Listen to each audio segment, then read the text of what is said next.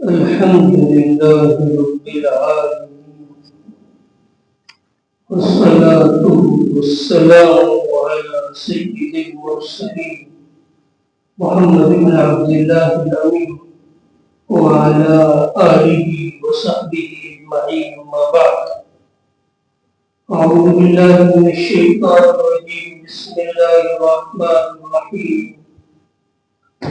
ورفعنا لك ذكرك. وقال النبي صلى الله عليه وسلم: فضلت على الأنبياء بست، وأعطيت بجوامع الكلم، ونصرت بالرعب، وأحلت لي الغنائم، وجعلت لي الأرض طهورا ومسجدا، وأرسلت إلى الناس كافة، وختم بي النبيون. سبحانك لا علم لنا إلا ما علمتنا إنك أنت العليم الحكيم. رب اشرح لي صدري ويسر لي أمري واحلل عقدة من لساني يفقهوا قولي. اللهم صل على محمد وعلى آل محمد كما صليت على إبراهيم وعلى آل إبراهيم إنك حميد مجيد. محترم بزرگ اور دوستوں، گزشتہ ہفتے بات ہو رہی تھی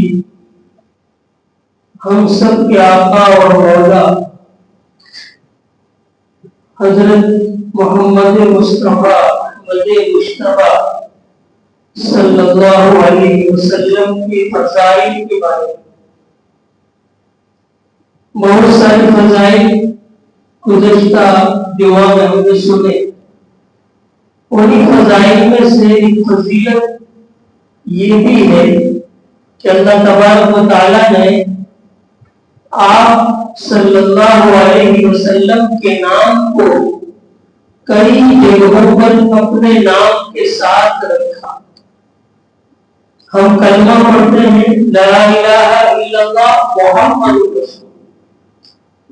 کلمے میں اللہ کے نام کے ساتھ آپ کا نام، اذان میں اللہ کے نام کے ساتھ آپ کا نام، اقامت میں تکبیر میں اللہ کے نام کے ساتھ آپ کا نام، خطیب جو خطبہ پڑھتا ہے، مقرر جو تقریر کرتا ہے، واعظ جو وعظ دیتا ہے، تو اللہ کے نام کے ساتھ آپ کا نام دیتا ہے.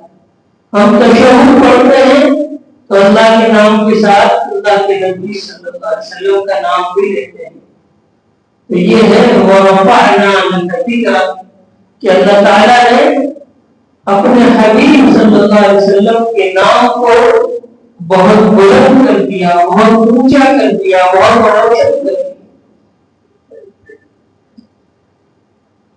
اللہ کے نبی صلی اللہ علیہ وسلم کے جہاں فضائل ہیں وہیں آپ کے بہت سارے معجزات بھی ہیں.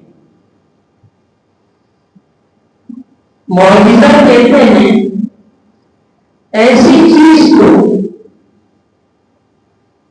کہ نبی کی طرف سے کوئی ایسی چیز پیش آئے، کوئی ایسا واقعہ پیش آئے جو عام لوگوں سے ممکن نہ ہو، عادتاً ایسا ہوتا نہ ہو. ایسے بہت سارے معجزات مختلف موقعوں پر اللہ کے نبی صلی اللہ علیہ وسلم سے پیش آئے. حضرت انس رضی اللہ تعالیٰ عنہ فرماتے ہیں ایک مرتبہ صحابہ اکرام اللہ کے نبی صلی اللہ علیہ وسلم کے پاس جوان تھے. نماز کا وقت ہو گیا تو جن لوگوں کا گھر قریب تھا وہ تو اپنے اپنے گھروں میں وضو کرنے کے لیے چلے گئے، لیکن جو لوگ جن کا گھر قریب نہیں تھا وہ کھڑے رہ گئے. پھر آپ صلی اللہ علیہ وسلم کے پاس ایک پتھر کا پیالہ لائے اور اس کا منہ اتنا چھوٹا تھا کہ آپ کا پورا ہاتھ اندر نہیں جاتا. آپ نے انگلیاں اپنی ملا کر اندر ڈالی اور اس سے پانی نکلنے لگا. تمام صحابہ نے اس سے وضو کر یہ اللہ کے نبی صلی اللہ علیہ وسلم کا معجزہ ہے۔ حضرت جابر بن عبداللہ رضی اللہ تعالیٰ کو فرماتے ہیں کہ خندق کے موقع پر میں نے دیکھا کہ آپ صلی اللہ علیہ وسلم پر بھوک کے آثار ہیں، تو میں اپنی بیوی کے پاس آیا اور میں نے کہا کہ کیا تمہارے پاس کچھ کھانے کو ہے؟ میں اللہ کے رسول صلی اللہ علیہ وسلم کے چہرے پر آثار دیکھ رہا ہوں بھوک کے، میں چاہتا ہوں کہ آپ کی دعوت کرو۔ انہوں نے کہا کہ تھوڑا سا یہ تھوڑے جوڑ ہیں، میں پیس لیتی ہوں، یہ بکری کا بچہ ہے، وہ ذبح کر دو، اس کا گوشت کر دیتے ہیں۔ حضرت جابر رضی اللہ عنہ یہ کہہ کر اللہ کے رسول کی خدمت میں پہنچے اور آپ کے کام میں چپکے سے کہا کہ حضور آپ اپنے چند ساتھیوں کو لے کر چلیں، میں نے کھانے کا انتظام کیا ہے۔ تو وہ انتظام انہوں نے کیا تھا، وہ 4-5 ساتھیوں کے لیے تھا، لیکن اللہ کے نبی صلی اللہ علیہ وسلم نے اعلان فرما دیا، خندق میں پورا لشکر موجود تھا، آپ نے فرمایا چلو جابر کے گھر دعوت ہے، سب لوگ چلو جابر کے گھر دعوت۔ انہوں نے جابر کی عادت کراؤ، یہ 4-5 آدمی کا کھانا ہے اور 1000 سے زیادہ لوگ ہیں۔ اللہ کے نبی صلی اللہ علیہ وسلم نے حضرت جابر سے کہا کہ دیکھو تمہاری جو ہڈیاں ہے، جو ہڈیاں تم نے چولہے پر ڈالا اس کو اٹھانا اور ابھی روٹی پکانا شروع نہ کرنا۔ آپ صلی اللہ علیہ وسلم تشریف لائے، آپ نے وہ ہڈیاں منگوائی اور اس میں کچھ پڑھ کر دم کیا، پھر آپ نے وہ آٹا منگوایا، اس میں کچھ دم کیا اور کہا کہ ہڈیاں کو چولہے پر چڑھا اس کو نیچے مت اتارنا اور روٹی نکال کر اس میں سالن ڈال کر لوگوں کو دے کر آؤ۔ 1000 سے زیادہ لوگوں کو کھلایا۔ یہ اللہ کے نبی صلی اللہ علیہ وسلم کا معجزہ ہے۔ ایسے ہی حدیبیہ کے موقع پر 1400 صحابہ یا اس سے بعض روایتوں میں 1500 صحابہ اللہ کے رسول کی خدمت میں آئے، کہا کہ پانی نہیں ہے، کنواں جس میں پانی تھا وہ ختم ہو چکا ہے اور کسی ساتھی کے پاس بھی نہیں ہے، بس وہی پانی ہے جو آپ کے پاس ہے، آپ کے پاس تھوڑا سا پانی تھا۔ آپ صلی اللہ علیہ وسلم نے اس برتن میں جو آپ کے پاس تھا اس میں تھوڑا سا پانی تھا، آپ نے اپنی انگلیاں اس میں ڈال دی اور اس سے پانی اس طرح پھوٹنے لگا جیسے جھروں سے نکلتا ہے چشموں۔ صحابی کہتے ہیں کہ ہم نے خوب سے ہو کر کیا، اپنے اپنے برتن بھی دھل لیے۔ تو یہ اللہ کے نبی صلی اللہ علیہ وسلم کی معجزات ہے جو مختلف موقعوں پر پیش آئے۔ اللہ کے نبی صلی اللہ علیہ وسلم کی بہت ساری خصوصیات بھی ہیں، جیسا کہ اس حدیث پاک میں جو آپ کے سامنے پڑھی گئی، اللہ کے نبی صلی اللہ علیہ وسلم نے فرمایا فضلت علی الانبیاء بستہ،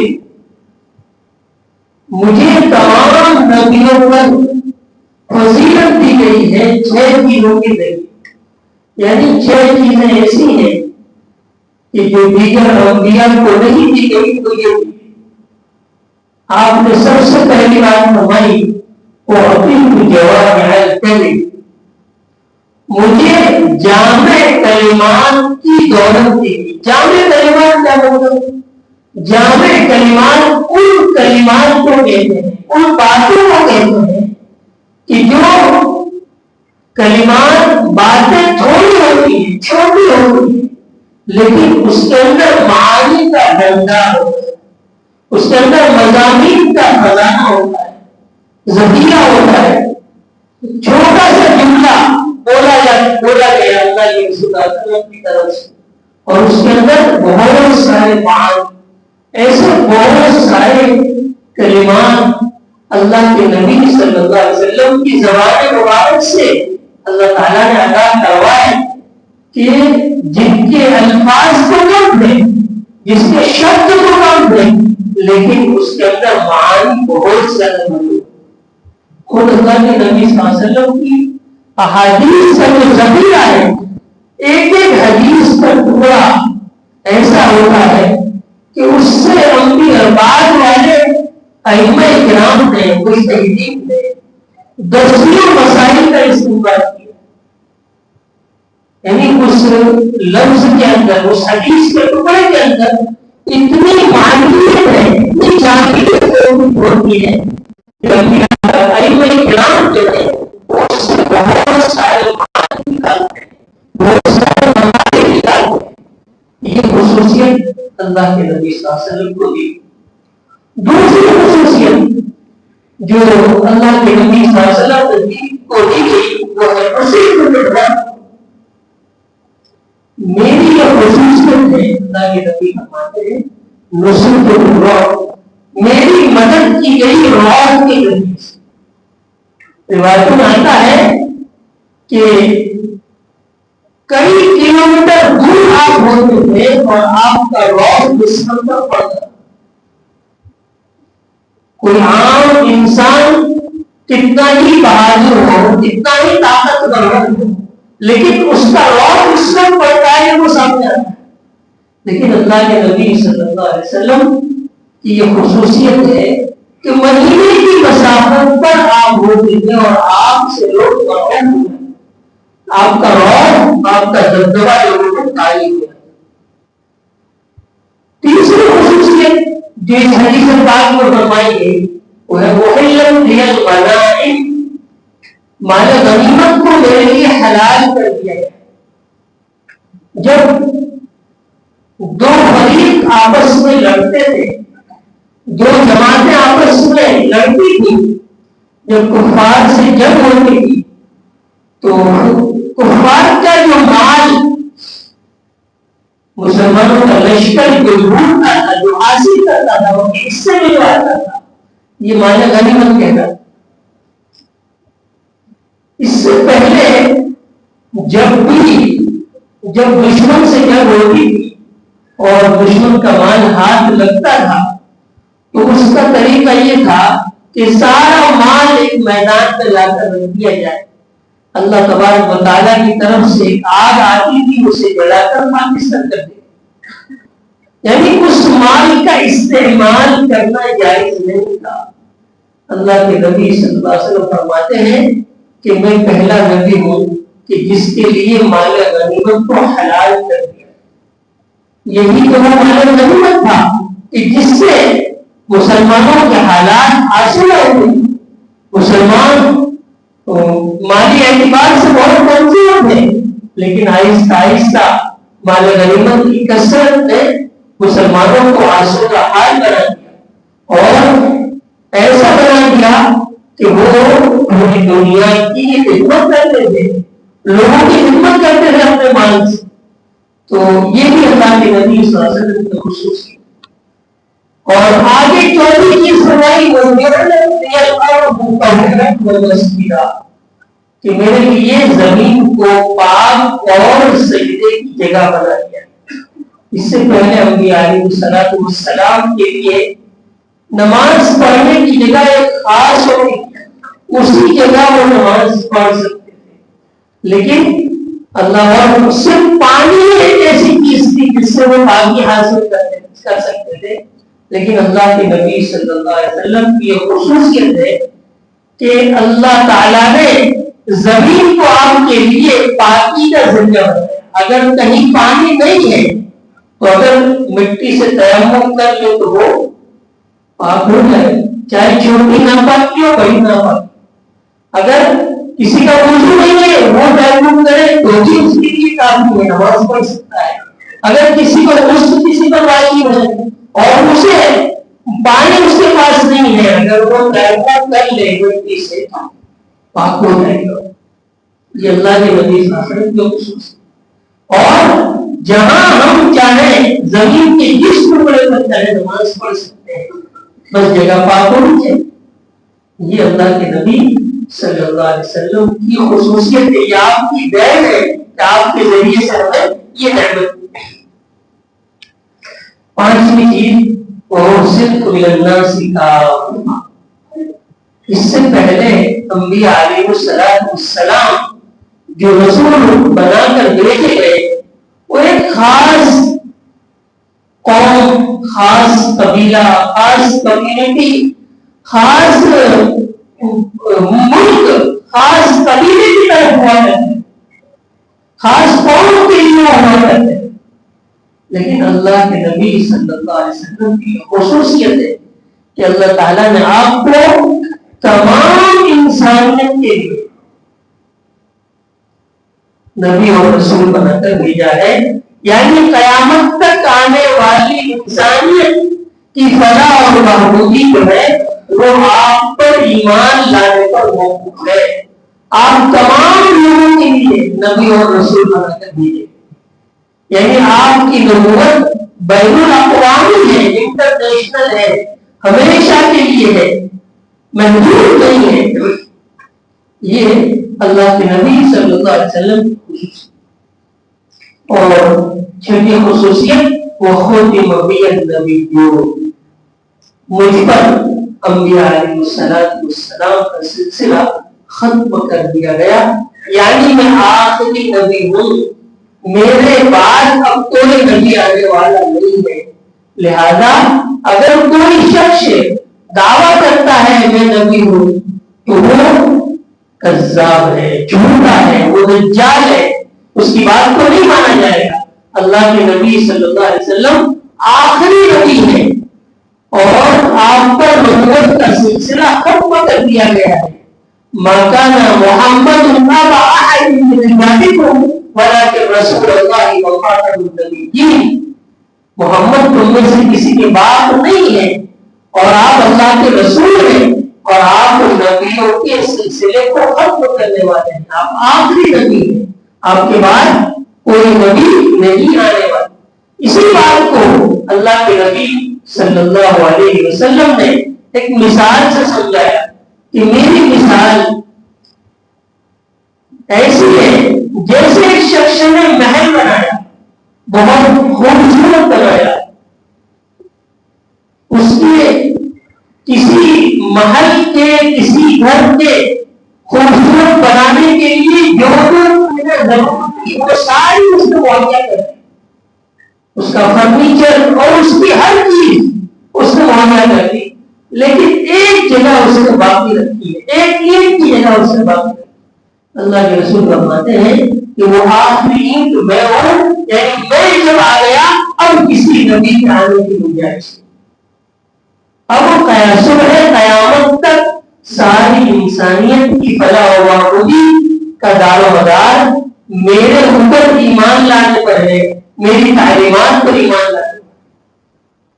اللہ کے نبی صلی اللہ علیہ وسلم کی ایک خصوصیت یہ بھی ہے کہ اللہ تبارک و تعالیٰ نے قرآن کی شکل میں آپ کو ایک ایسا معجزہ دیا جو ایسا معجزہ ہے کہ قرآن میں جب یہ قرآن نازل ہو رہا تھا تو ایسے لوگوں میں نازل ہو رہا تھا جو بڑے فصیح اور بلیغ لوگ، یعنی ان کو اپنی زبان پر بہت گھمنڈ تھا.